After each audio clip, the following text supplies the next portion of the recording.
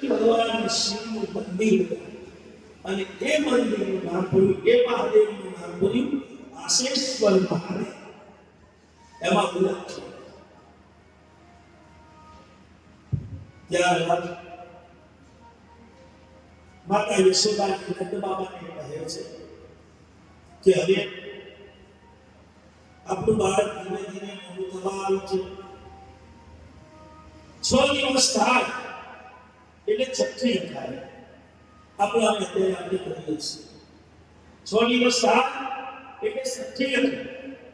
ભગવાનનો જન્મ થયો શ્રાવણ વદ અષ્ટમીના બુધવારના દિવસે.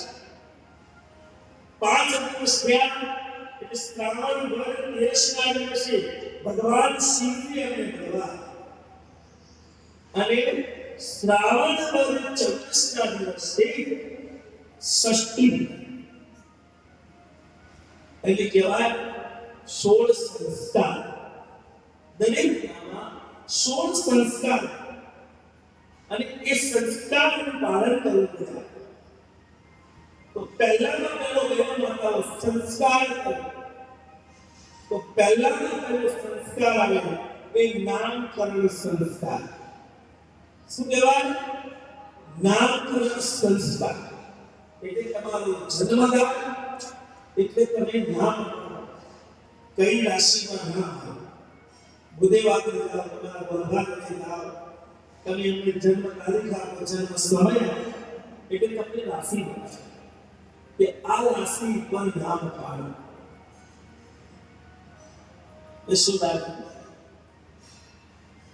નંદ બાબાને કહે છે એટલે નંદ બાબા એમના ગુરુ દુર્ગાચાર્યને બોલાવે છે, આમંત્રણ આપે છે.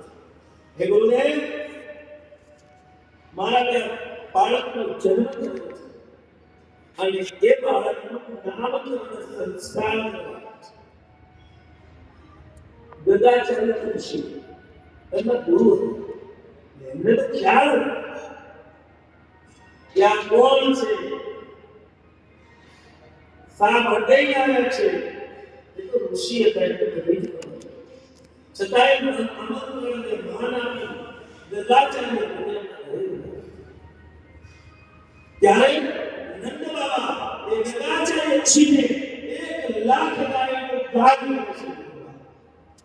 એટલે 1 લાખ ગાયનો દાન કરે છે. કારણ કે એમના ત્યાં 90 વર્ષે નંદ બાબાની ઉંમર 90 વર્ષની અને એ વર્ષે બાળકનો જન્મ.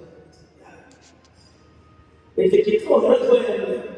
હરખની કોઈ સીમા નહીં, કોઈ પાર નહીં.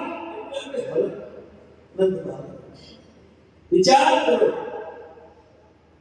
અને દુર્ગાચાર્યને બોલાવે, 16 સંસ્કાર સમજાવ્યા અને 16 સંસ્કાર આપણા ધર્મની અંદર હાલ આપણે 5 સંસ્કાર લઈ રહ્યા છીએ. તમને લોકોને એક જ સંસ્કાર ક્યારે યાદ છે? બાકીના 16 સંસ્કાર આપણે ધર્મ સંસ્કૃતિ પ્રમાણે આપણે ભૂલી ગયા છીએ. ભૂલી નથી ગયા પણ એનો ત્યાગ કરી દીધો છે, સમય નથી. અને 16 સંસ્કાર સમજવાથી એટલે અડધો દિવસ જોઈએ.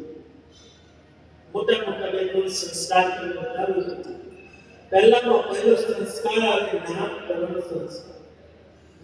એટલે નામ પાડી સચ્ચી લખીએ છીએ. એક એ લખવાની કરતા અને હવે કંઈક નવું લાયા છે. છાપીનું કાગળિયું આવે, એને તેનું ગાળે ફૂલ પાથરે, એ કરે છે સારું, એ કરો.